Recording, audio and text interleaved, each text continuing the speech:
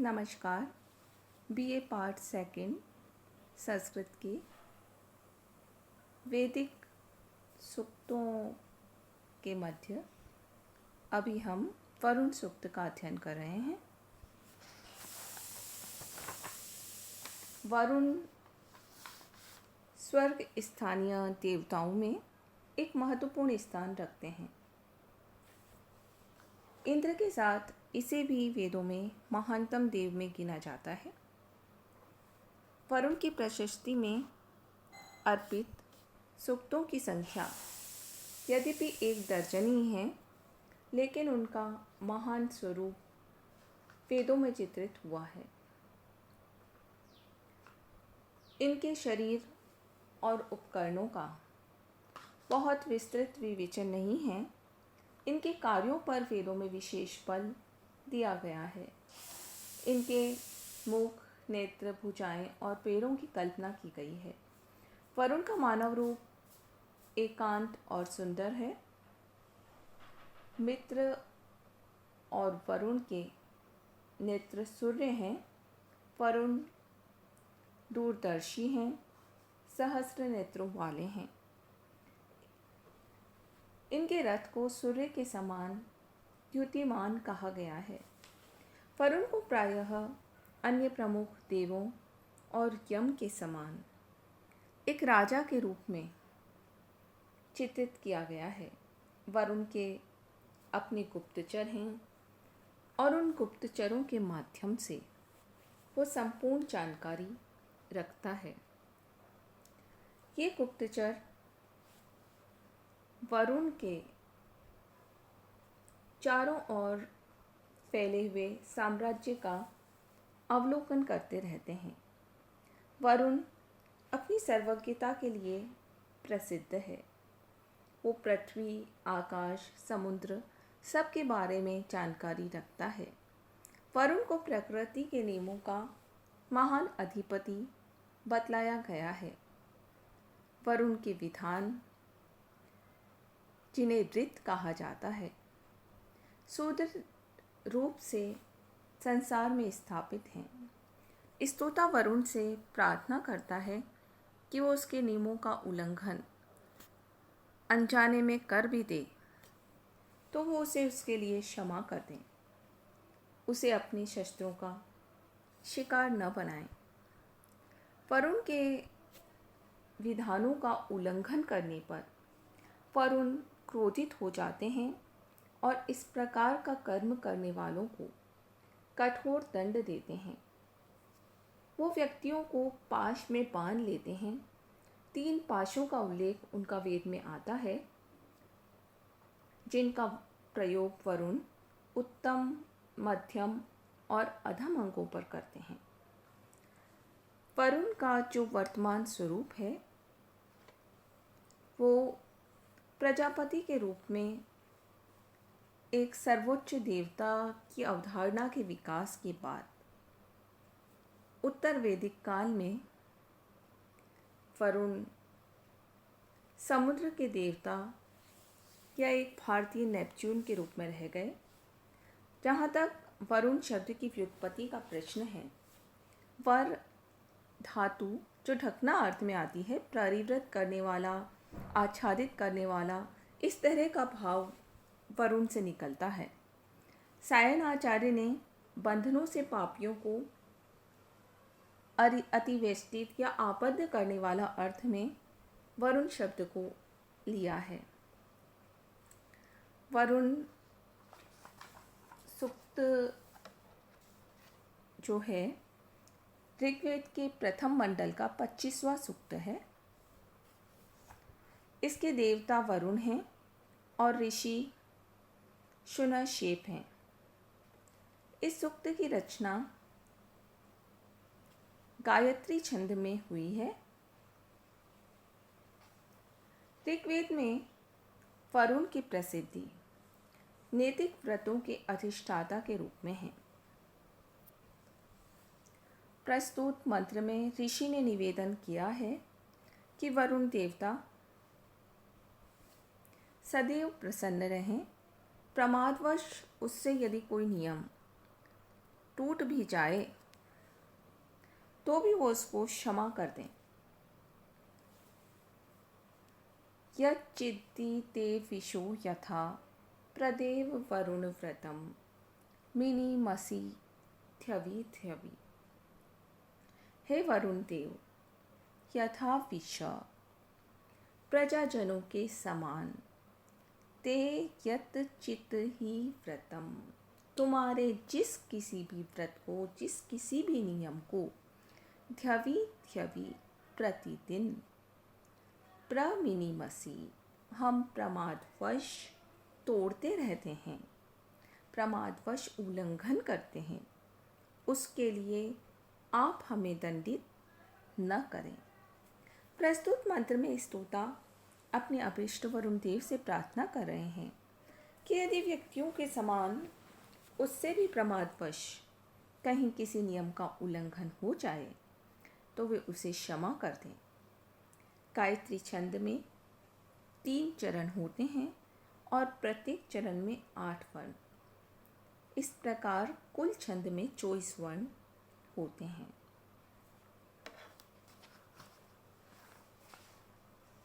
ऋषि शुनशेप वरुण से अगले मंत्र में प्रार्थना कर रहे हैं कि वे अपने उपासकों पर कृपा दृष्टि सदैव बनाए रखें। मानो वधाई हतनवे जिहिलानस्य रीरध मां कृणानस्य मन्यवे। हे वरुण देव, जिहिलानस्य अनादर या अपमान करने वाले, हतनवे विनाशकारी शत्रु के, वधाए वध के लिए मतलब विनाशकारी शस्त्र के लिए, न मारीरथ तुम हमें समर्पित मत करो। ऋणानस्य क्रुद्ध हुए, मन्यवे शत्रु के, मन्यु मतलब क्रोध, मन्यवे क्रोध के लिए, माँ हमें मत सौंपो, हमें उसका पात्र मत बनाओ। प्रस्तुत मंत्र में स्तोता का अभिप्राय ये है कि वरुण देव उसे किसी भी प्रकार के क्रोध का पात्र न बनाएं।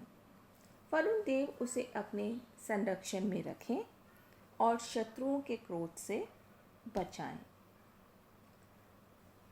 अगले मंत्र में ऋषि शुनशेप वरुण देव की स्तुति करते हुए कहते हैं, विमृलिकाय ते मनु रथिरश्वं न संतितं किर्भि वरुण सीमहि।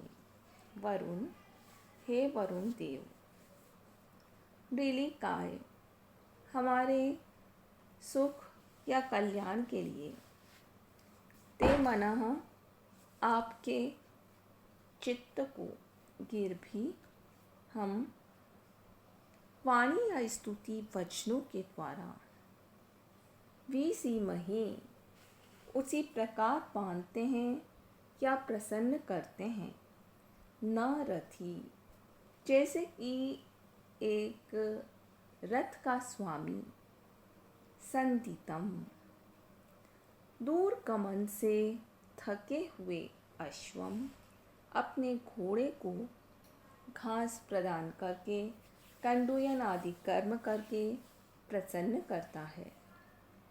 न का तात्पर्य यहाँ पर यथा से है। वैदिक संस्कृत में यह उपमावाचक के रूप में प्रयुक्त हुआ है। इस मंत्र में उपमा अलंकार हैं। भाव यह है कि जिस प्रकार कोई रथ का स्वामी अपनी दूरगामी यात्रा के पश्चात रथ में जुते हुए तथा थके हुए घोड़े को प्रसन्न करता है, उसी प्रकार वरुण देव को भी हम स्तुतियों से प्रसन्न करें। अगले मंत्र में ऋषि शुनशेप ने एक सुंदर उपमा का प्रयोग करते हुए ये विश्वास व्यक्त किया कि उनकी प्रार्थना वरुण देव के समीप अवश्य ही पहुँचती है। परा ही में विमन्यव पतंति वस्य इष्ट ये वयो न वसति रूप।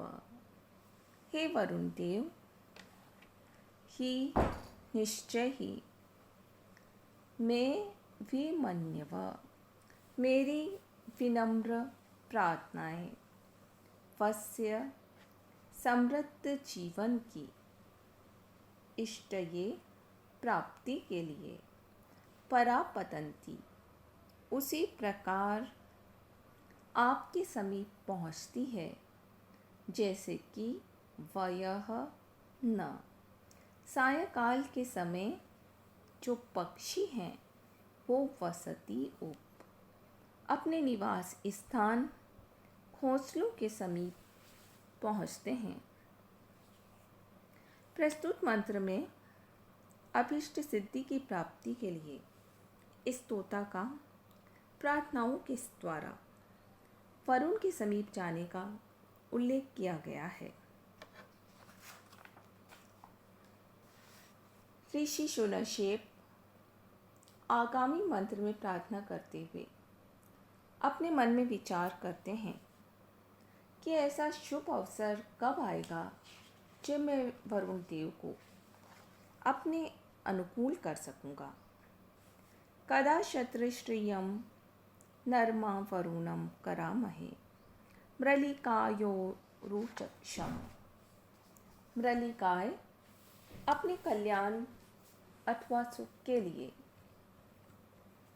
शत्रश्रियम क्षत्रिय तेज से युक्त अर्थात बलवान, नरम नेता, उरुचक्षुषम विशाल नेत्रों वाले अर्थात सर्वदृष्टा वरुण कदा आकरामहे, ऐसा शुभ अवसर कब आएगा जब मैं ऐसे वरुण देवता को आकरामहे अपने अनुकूल कर सकूँगा, पूर्ण रूप से मैं उन्हें अपने अनुकूल बना सकूँगा।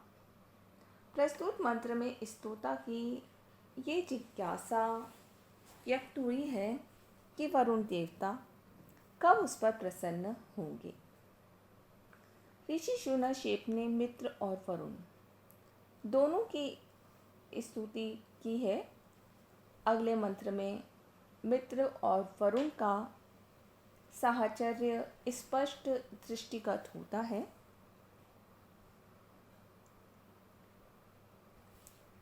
तदित समानम आशाते पेनंता न प्रयुच्यत कृतव्रताय दासुषे। कृतव्रताय नियमों का पालन करने के लिए दासुषे हवि प्रदान करने वाले यजमान के लिए, पेनंता ज्ञानवान, मित्र और वरुण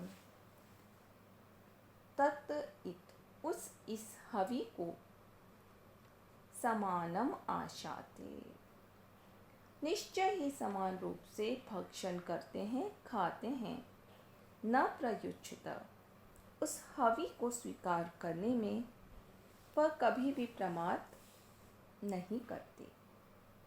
भाव ये है कि यजमान का कल्याण चाहने वाले मित्र और वरुण संयुक्त रूप से यजमान द्वारा प्रदान की गई हवि को ग्रहण करते हैं। उसे ग्रहण करने में वो किसी भी प्रकार का प्रमाद नहीं करते, साथ ही यजमान के कल्याण के प्रति भी वो प्रमाद नहीं करते। इसके बाद अगले कुछ मंत्रों में ऋषि शूनशेप वरुण की सर्वज्ञता पर प्रकाश डालते हैं। वो कहते हैं कि वरुण को आकाश, जलमार्ग सबका ज्ञान है। वेदायोवीनां पदम अंतरिक्षेण पतताम वेदनाव समुद्रिय। यह जो वरुण देव अंतरिक्षेन पतताम, आकाश में उड़ने वाले वीणाम पदम वेद, पक्षियों के मार्ग को वेद जानता है। और समुद्रीय, समुद्र में चलने वाली नौकाओं के मार्ग को भी वो जानता है। समुद्रीय शब्द जो है बहुवचन में यहाँ प्रयुक्त हुआ है,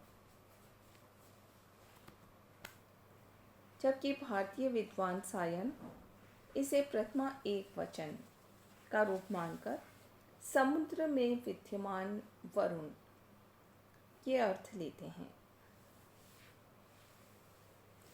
ऋषि शुनशेप अगले मंत्र में वरुण देव की स्तुति करते हुए उनकी बहुज्ञता के विषय में ही वर्णन कर रहे हैं।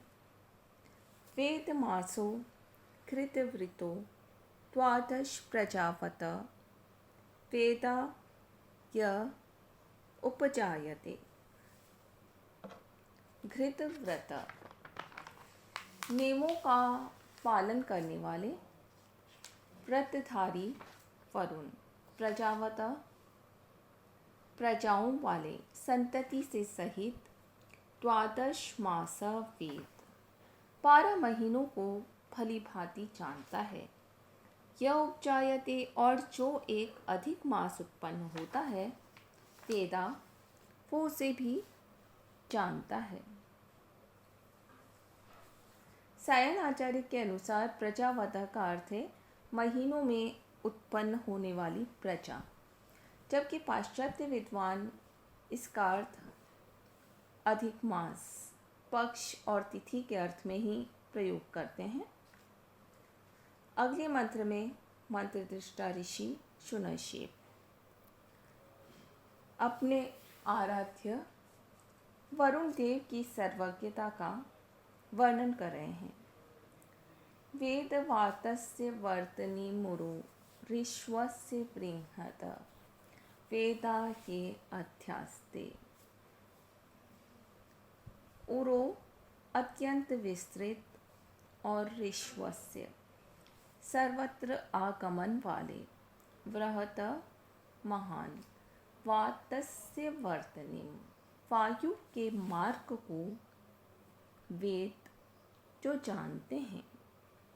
जो वरुण देव इतने विस्तृत फैले हुए सर्वत्र आवागमन वाले वायु के मार्ग को भी जानते हैं, ये अध्यास्ते, वो जो देवगण अध्यास्ते ऊपर द्युलोक में निवास करते हैं, तान अपि वेद, वो उनको भी वेदा जानते हैं। ऋषि शुनशेप ने वरुण को अगले मंत्र में एक श्रेष्ठ प्रशासक के रूप में वर्णित किया है। निशशाद घृतव्रतो वरुणा पत्स्या स्वासाम्राज्याय सुक्रतु।